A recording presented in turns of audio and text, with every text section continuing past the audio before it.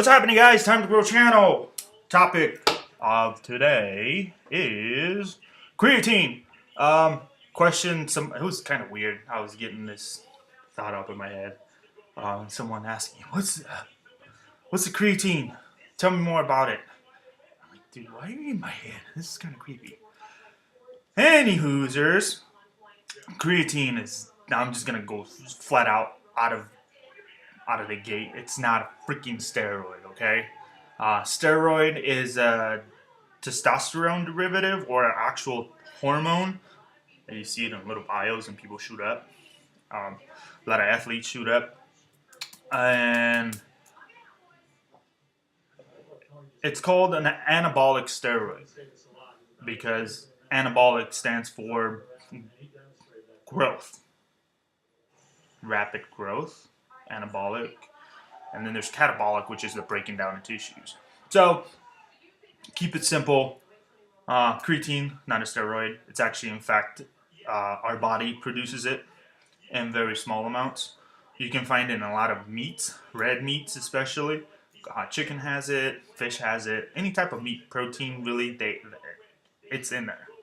But it's not in the amount that people want to supplement to actually see some great benefits of it. I mean, you can train to a point where you will increase your body's hormones naturally because of the demand of it. Because you're training so much, your body is like, oh, wait a minute, we need to do something about this. We don't like the imbalance, so we're going to produce more of it. The same thing goes with, testosterone. If you've been sitting on your butt for months at a time, your testosterone level is low because there's no demand for it. Now, if you start working out for months and months and months at a time, your demand for testosterone, the growth of muscle, is going to increase. Therefore, the increase of production of testosterone is also going to increase unless you have some type of disorder. Physiological disorder where you don't produce enough testosterone, which then needs to be supplemented. You hear a lot of guys in their late 30s, early 40s getting supplemented for testosterone. That's because their levels are super low. That's just an inevitable part of human physiology. As you get older, mid-30s, 40s, you're up here with testosterone level, and then it slowly goes down. There's no need for it. So, just like any other thing, creatine happens the same way. Basically, what creatine does in your body is it gets into your system and on your blood system, and every time you, backtrack. It's in your system, blood system. What creatine does is, because here's a creatine molecule, it has a phosphate molecule attached to it. So when you contract your muscle uses ATP, which is, it uses ATP. Basically, it's an adenine with 3 phosphates to it. When you contract muscle, you shed one of those phosphates out. Therefore, that creatine is going to come in and shove that phosphate that it has attached to it, replenishing the energy store for you to keep going. So if you have an influx, when you supplement into your system, you have a lot of it floating around. So every time muscle contract, it's a lot quicker to recover. So when people say it's a lot better for recovery, it means in between sets while you're working out. It's a lot quicker to recover to go again. So you get a lot of explosion, a lot of power right off the bat because you're getting that phosphate right away instead of waiting for your body to produce the creatine, to produce more ATP in order to contract. So if you have that influx right away in there, you get it right off the bat. In fact, I'm thinking of doing that sometime soon.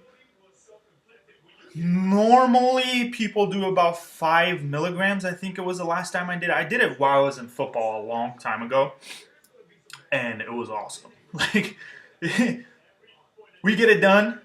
Like, we got done with the series. I was ready. Like, I could just keep going and going and going and going because I was getting that influx in right away. Would it give you an edge?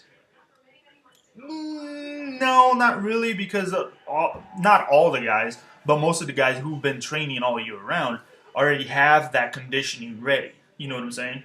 I was kind of behind because I was doing a lot of weightlifting, not really doing a lot of cardio. So ATP helps out with that, like the short burst. Let's go, let's get this done and over with.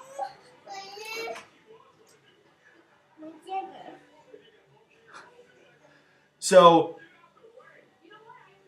it increases power and strength, but it also increases lean mass because you're going faster, you're going stronger, you're breaking down a lot of tissue. So it helps out with the breakdown of tissue in the gym. So start shipping and press calling. So when it's time for you to grow outside of the room in the kitchen, you have all of that tissue broken down, a little more broken down, a lot more broken down. Therefore, you're gonna recover. You're gonna rebuild a lot better.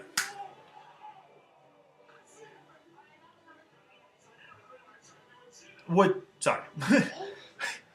Which is all fine and dandy.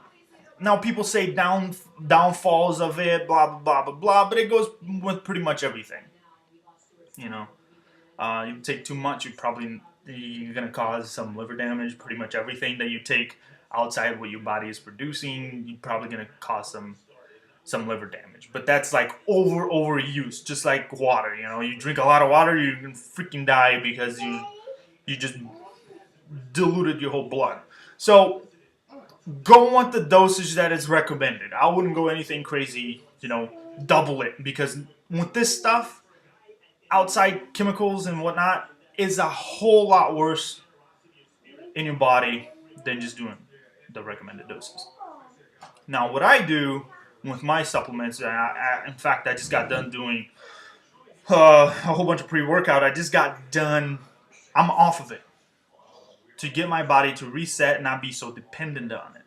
Now, a lot of people are like, why? There's really no use for that. Well, in my head, it is one of those things where if you keep the same routine, your body's gonna get used to it, right? So you gotta change it up. Get off of it, let your body reset, do its normal thing, and then come back to it. A lot of people talk about water. You get a lot of water weight. Yes, not really. You drink water all throughout the day. I mean, if you're really hydrated, you drink a gallon of water anyway, so you're going to be retaining water no matter what. Water retention should not be a freaking issue to you unless you're a freaking bodybuilder getting into a contest prep. Stay hydrated, drink your water. People talk about feeling bloated. Well, the whole feeling bloated is probably because of the crap food you're eating anyways. But that's kind of the breakdown I was going to get into about creatine. There's really not much else to it, man, other than it's something natural that you produce. You're just doing a little more over it outside. I think it's called a creatine monohydrate. There's really no flavor to it. You just add it to your water, your pre-workout. Some of you even see it on your protein, which is not a bad deal. I just keep it at that. But it helps out. It helps out a lot. But it's just in the gym. And if you're doing some, sprints, you'll recover a lot quicker. You won't be so gassed. And yeah, it's just a lot of people benefit from it in that sense. Now, if you're just sitting around at home, not really doing powerlifting or, conditioning type of workouts, it's pretty much useless, I would say. Yeah, that's pretty much all I have to say about creatine, guys. Hope that helped, and I'll see you guys later.